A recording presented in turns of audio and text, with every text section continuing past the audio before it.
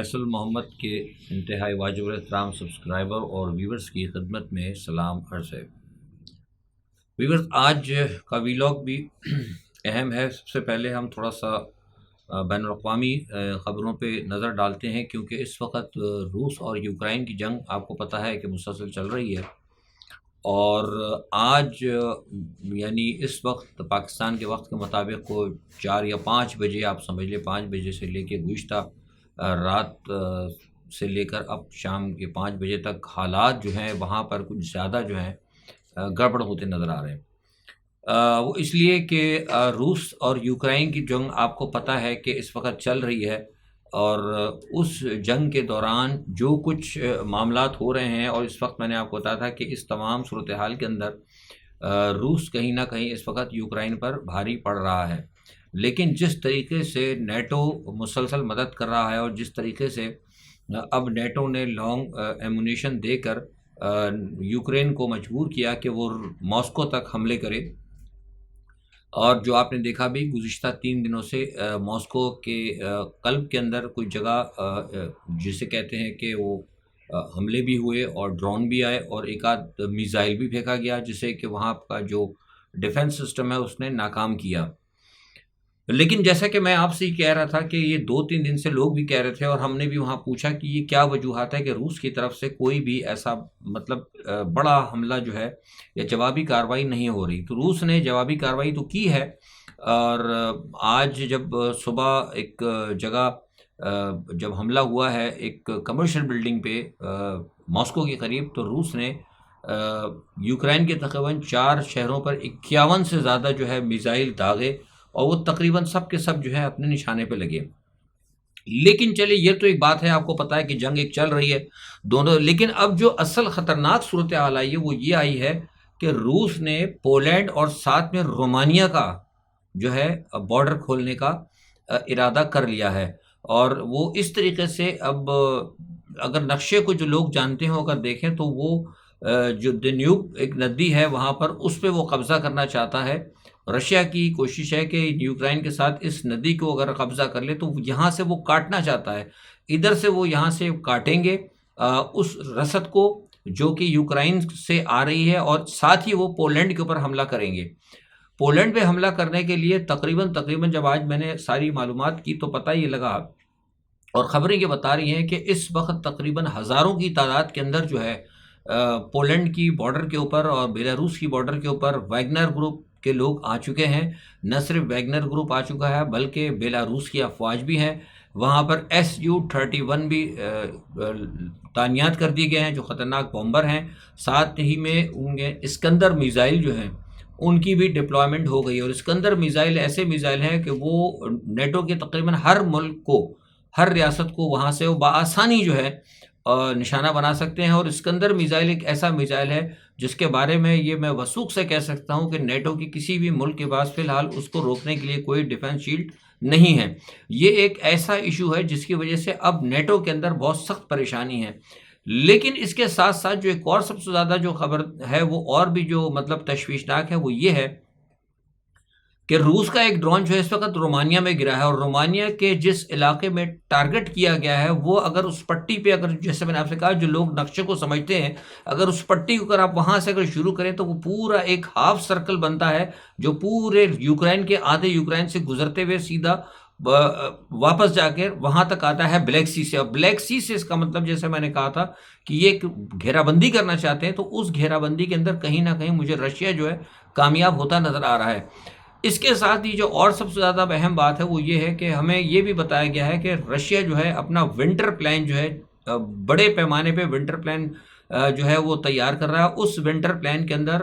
Poland سمیت، Lithuania سمیت اور رومانیہ پر مکمل بڑے حملے کر کے ان کو قبضے میں لینا ہے، اور اس کے لیے تقریباً کو 15 لاکھ کے قریب جو ہے پوٹن جو ہے یہ فوج تیار کر رہے ہیں۔ اور اگر اتنی بڑی فوج اگر یہ تیار کر لیتے ہیں 15 سے 20 لاکھ تک فوج، تو میں سمجھتا ہوں کہ پھر اتنی بڑی تعداد میں جو پولینڈ جو آپ کا جو نیٹو ہے، نیٹو کے پاس بھی جو اتنی بڑی افواج کو یہاں پر اسپیئر کرنا، اس کے لیے میں سمجھتا ہوں کہ انتہائی ناممکن ہوگا ایک ایسی صورت میں، جبکہ کہ روس کے پاس دور مار ہتھیار جو ہیں نیوکلیئر موجود ہیں جو کہ امریکہ سے اور برٹن سے لے کے تقریباً دنیا کے ہر جگہ وہ اس کو نشانہ بنا سکتے ہیں۔ جیسے میں نے آپ سے کہا تھا کہ گزشتہ 24 گھنٹوں سے جب یہ سارے معاملات چلے ہیں تو جو اس وقت جو وار اسٹریٹجسٹ ہیں ساری دنیا کے، وہ ان کی نظریں جو ہیں وہ آ گئی ہیں اس تمام صورتحال کے اوپر، اور وہ یہ کہتے ہیں کہ اگر یہ مسئلہ اگر نہ تھما تو ہو سکتا ہے کہ شاید کسی وقت بھی یہ جنگ جو ہے، جو قوم نہیں چاہتی یا ساری دنیا نہیں چاہتی، ساری دنیا کے اقوام خلاف ہیں اس چیز کے کہ یہ جو ایک بڑی جنگ عظیم کی طرف نہ جائے، کہنا کہ یہ معاملہ ہو سکتا ہے۔ اور آج جو اس طرح وہ رومانیہ میں جو رشین ڈرون گرا ہے، اس کے بعد جو ہے وہاں پر نیٹو کے اندر جو ہے بڑی اہم میٹنگ ہے پس پردہ۔ پریس میں تو ایسی کچھ نہیں آ رہا، لیکن پس پردہ بہت ساری اسٹریٹجی اور ڈیفنس اسٹریٹجی تیار کر لی گئی ہے۔ ایک اہم ان ذرائع جو ہیں نیٹو کے مطابق وہ یہ کہتے ہیں کہ اگر روس نے بھرپور طریقے سے حملہ کیا اور جس طرح کے انہوں نے بنایا ہے بلیک سی کے اندر، تو وہ سمجھتے ہیں کہ نیٹو کے جو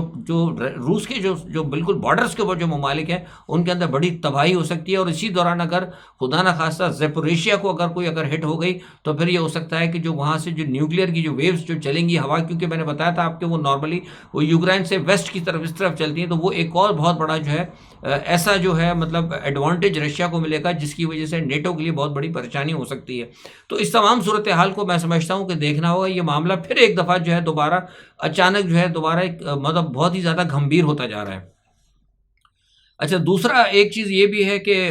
میں نے آپ کو کہا تھا کہ سعودی عرب اور ایران کے درمیان جس طرح معاملات درست ہوئے تھے، اسی طرح جو ہے سعودی عرب اور اسرائیل کے درمیان بھی کچھ معاملات بڑے درست ہوتے نظر آ رہے ہیں۔ اور حالیہ جو ہے یہ بات ابھی کنفرم یہ ہوئی ہے کہ موساد کے سربراہ نے اسرائیل کا خفیہ دورہ کیا ہے۔ اس دورے کے بعد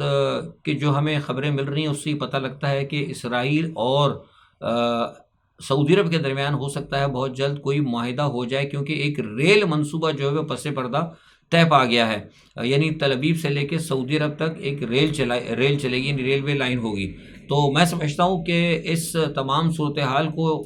میں اس لیے بھی درست ہوتا دیکھ رہا ہوں کیونکہ آپ کو پتہ ہے کہ سعودی عرب کے اندر ایک نیون سٹی بن رہا ہے بہت بڑا، تو مجھے لگتا ہے کہ شاید وہ اسی منصوبے کے ساتھ یہ اس کو منسلک کیا گیا ہے۔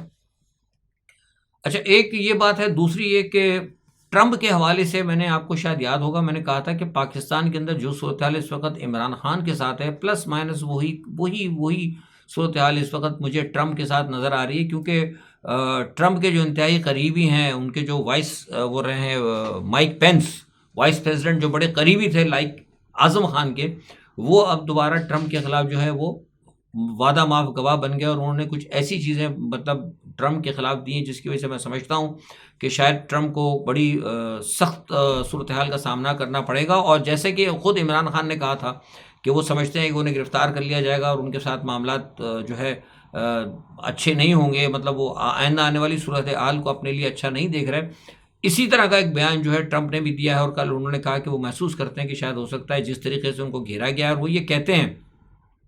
کہ امریکہ کا محکمہ انصاف جو ہے یہ ایک بدماش بائیڈن جو ہے نا اس کے زیر اثر ہے، اور یہ مجھے تقریباً کو 500 سال کی سزا دینا چاہتا ہے، یہ ان کا اسٹیٹمنٹ بھی آیا ہے۔ تو یہ تمام صورتحال بالکل اگر آپ دیکھیں تو اس سے پھر پتہ لگ جائے تھا کہ جو کچھ اس وقت جس قسم کے قوانین پاکستان میں بن رہے ہیں اور جس قسم کے معاملات ادھر دیوار سے لگانے کے لیے عمران خان کو ہو رہے ہیں، اسی طرح کے کچھ معاملات جو ہے وہاں پر امریکہ میں ہو رہے ہیں۔ تو اس سے پھر صورتحال کو سمجھ میں لوگ سمجھ سکتے ہیں کہ کہیں نہ کہیں اس کے اندر ایک کے ساتھ کوئی ہو سکتا ہے، شاید میرے پاس ایسی خبر تو نہیں ہے، لیکن کچھ لوگ باہر کے جو تجزیہ نگار وہ کہتے ہیں کہ یہ شاید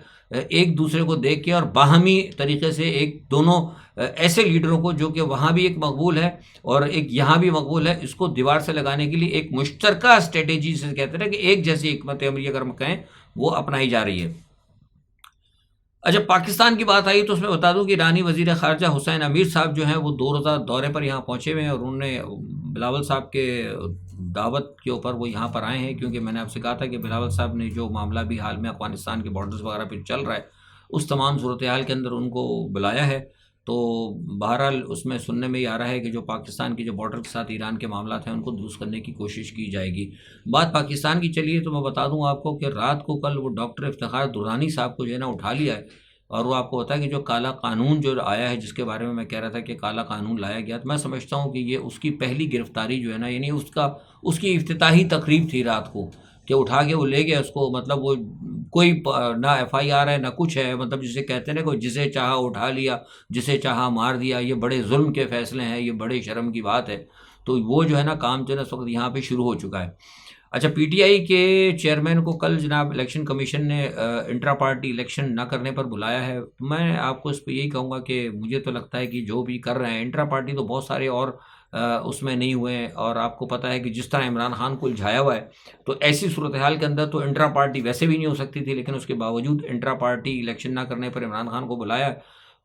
تو اس کا مقصد وہ یہ ہے کہ وہ ان کو مزید یہاں بھی پریشان کرنا چاہتے ہیں، اور نشان جو ہے ان کو نہ الاٹ کرنے والی بات ہو سکتی ہے. مطلب ساری چیزیں جو ہے نا بنیادی طور پر اگر آپ دیکھیں ایمانداری سے تو آپ کو نظر آئے گا کہ کہیں نہ کہیں ان کے خلاف جو ہے معاملات چل رہے ہیں. اچھا، ایک اہم چیز جو آج وزیر اعظم عمران خان کے اوپر تو آتا ہوں میں، ایک اور اہم بات یہ ہے کہ وزیر اعظم صاحب نے آج کہا ہے کہ جناب مجھے لوگ اسٹیبلشمنٹ کا ایجنٹ کہتے ہیں.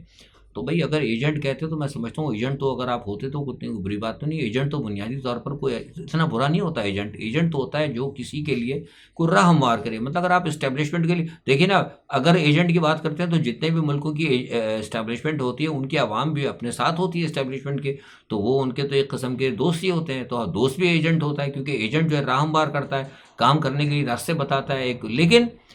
ایجنٹ ہونا اتنی بری بات نہیں ہے، لیکن اسٹیبلشمنٹ کا غلام ہونا، بندہ بے دام جسے کہتے ہیں نا، بالکل غلام ہونا، وہ جو ہے نا وہ باعث شرم ہے. اور پھر جب اسٹیبلشمنٹ کا آدمی جب غلام ہو جاتا ہے نا تو پھر اس کو یہ کہنا پڑتا ہے کہ مجھے بہت سارے راز نا مجبور ہو کر اپنی قبر میں لے جانے پڑیں گے. تو یہ بہرحال وہ غلطی کہہ رہے ہیں، وہ ایجنٹ تو نہیں ہے، وہ غلام ہے. اور جب غلام آپ بن جاتے ہیں اسٹیبلشمنٹ کے ایجنسیوں کے تو پھر آپ جائز ناجائز ہر طریقے سے ان کے لیے کام کرتے ہیں، جو کہ اس وقت شہباز شریف صاحب کر رہے ہیں. یہ ایک ان کا مطلب ان کے بیان کے اوپر میرا ایک یہ تبصرہ تھا. تو ایجنٹ نہ کہیں تو اچھا بہتر ہے وہ اپنے آپ کو. اچھا، دوسرا یہ کہ عمران خان کا جو حق گواہی سلب کرنے کے اوپر جو ہائی کورٹ نے یہ گئے تھے، اس میں ہائی کورٹ نے فیصلہ محفوظ کیا ہے. مجھے یہ صبح پتہ لگا تھا کہ وہ فیصلہ شاید وہ دینا چاہتے تھے کہ اس کیس کو روک لیا جائے. مطلب جو آرڈر چل رہا ہے توشہ خانہ کا، اس پہ وہ چاہ رہے تھے کہ اس کے اوپر حکم امتناع جاری کر دیں. اسی لیے پھر میں نے آج آپ کو پتا ہے میں نے اس کے اوپر ٹویٹ بھی کیا تھا، لیکن بعد میں پتہ لگا کہ کوئی بہت بڑی شاید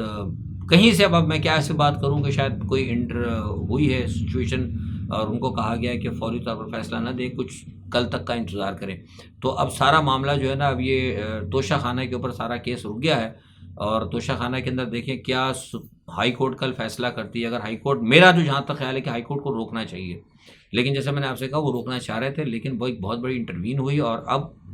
اس جو مداخلت ہوئی ہے جہاں سے بھی ہوئی ہے ایکسٹرا میرا کام تو نہیں ہے. میرا کام تو صرف یہ بتانا ہے آپ کو کہ ہمیں یہ پتہ لگا ہے کہ مداخلت ہوئی، کس نے کی، کیسے کی، وہ پھر اب آپ قوم کا کام ہے، بعد میں خود ہی بات سامنے آ جائے گی. تو اس کے اوپر جو ہے نا پھر کل یہ دیکھیں گے کیا ہوتا ہے. لیکن بہرحال یہ کہ پورا ملک جو ہے نا اس وقت توشہ خانہ پہ رک گیا، کیونکہ توشہ خانہ کیس بہت اہم ہے. اگر عمران کو نااہل کر دیا جاتا ہے اور ان کے لیے سارے راستے بند کر دیے جاتے تو میں سمجھتا ہوں کہ ملک جیسے میں نے کہا کہ حالات جو ہیں وہ درست نہیں ہوں گے. اچھا، فوجی عدالتوں کے حوالے سے چیف جسٹس کا ریمارکس بڑے اہم ہے، آپ نے دیکھ ہی لیے ہوں گے. اس پہ میں کیا بات کروں، ویلاگ لمبا ہو جائے گا. بہرحال انہوں نے ایک بات کہا ہے کہ فوج کو ہم پابند کریں گے. بہرحال کہنا تو بہت اچھا ہے، لیکن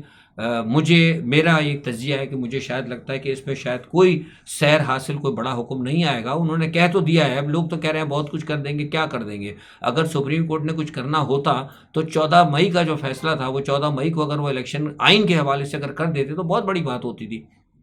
اب مسئلہ یہ ہے کہ وہ کیا کریں گے. اس وقت تک میرے پاس جو اطلاعات ہے وہ یہ ہے کہ کچھ ایسا فیصلہ کریں گے کہ جس میں فوج کو ایک محتاط طریقے سے ہوگا کہ کچھ لوگوں کو آئیڈینٹیفائی کیا جائے گا. کس طریقے سے کریں گے، مطلب اس طرح دیں گے فیصلہ. وہ سوچ رہے ہیں کہ جسے کہتے ہیں نا صاف چھپتے بھی نہیں، سامنے آتے بھی نہیں، یعنی فوج سے کچھ مخالفت بھی نہیں ہوگی، تھوڑا سا کچھ ان کو بھی خوش کرنے کی کوشش کی جائے گی. لیکن اصل میں سوال یہ پیدا ہوتا ہے، جو میں سمجھتا ہوں کہ اگر کسی سویلین کا ایک دفعہ جب فوجی عدالت میں کیس چلا جاتا ہے تو پھر اس کا تو پھر وہ میں نہیں سمجھتا کہ کسی عدالت کے اندر اتنی ہمت ہوگی کہ وہ فوج کی جرنیل کی یا کسی بریگیڈیئر کے دیے ہوئے فیصلے پہ اوپر وہ اپیل کرے. کیوں؟ اس لیے کہ اس کی آپ ثبوت آپ دیکھ سکتے ہیں کہ اس وقت کیا حال ہے. سپریم کورٹ جیسی جو اتنی بڑی پاکستان کی عدالت ہے وہ ابھی تک کس قسم کے فیصلے کر رہی. تو مجھے نہیں لگتا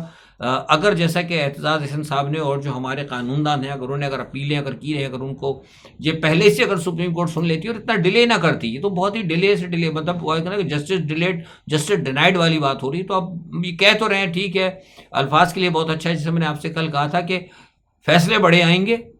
لیکن اثرات اس کے ہوموپیتھک ہوں گے. تو یہ چیزیں آپ آہستہ آہستہ دیکھتے جائیں گے. اچھا، دوسری ایک اہم خبر یہ کہ فضل الرحمان صاحب باجوڑ پہنچے، انہوں نے تعزیت کی جناب جو ہلاک ہوئے ہیں اس افسوسناک واقعے کے اندر، اور انہوں نے کہا ہے کہ جناب وہ اس کے اوپر ایک لاہ عمل دیں گے، اور لاہ عمل کیا ہوگا کل وہ بلا رہے ہیں جناب وہ اپنا قبائلی جرگہ، اور اس قبائلی جرگے کے اندر فیصلہ ہوگا، اور قبائلی جرگے کے بعد وہ کہتے ہیں کہ اپنا لاہ عمل دیں گے، اور وہ یہ کہتے ہیں ان کی بات کہ جناب ہمارے لوگوں کے حوصلے بڑھے ہیں، پتہ نہیں بھائی کس چیز سے حوصلے بڑھے ہیں، کیا پتہ نہیں، وہ سرکار نے 20 لاکھ روپے اعلان کیا ہے، اور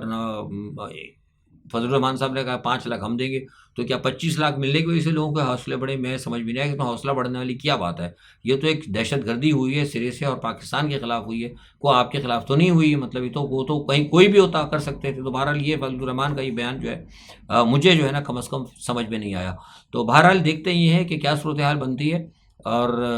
سارا معاملہ جو ہے اب وہ ٹکا ہوا ہے توشہ خانے کے اوپر، کل توشہ خانے کا فیصلہ آتا ہے جسے، لیکن میں نے کہا تھا کہ کل تک میرے پاس وہ اطلاع تھی کہ یہ عمران کو ریلیف نہیں دینا چاہتے، کیونکہ یہ ایک بین الاقوامی دباؤ اور ایک بین الاقوامی جو پلان ہے یہ اس کا حصہ ہے۔ ٹرمپ اور عمران میں نے آپ کو دونوں کا بتا دیا ہے، تو اگر حقیقت میں اگر آپ بین الاقوامی خبروں پر نظر رکھتے ہیں اور آپ کو انٹرنیشنل نیوز سے اگر دلچسپی ہو، اور آپ امریکہ کی خبروں کو مانیٹر کریں اور وہاں پہ چلنے والے معاملات کو اگر آپ دیکھیں، اور پھر یہاں پہ چلنے کے تو بہت ساری چیزوں میں آپ کو مماثلت جو ہے نظر آئے گی۔ آج کے لیے اتنا ہی، اپنا بہت خیال رکھیے گا، اللہ حافظ۔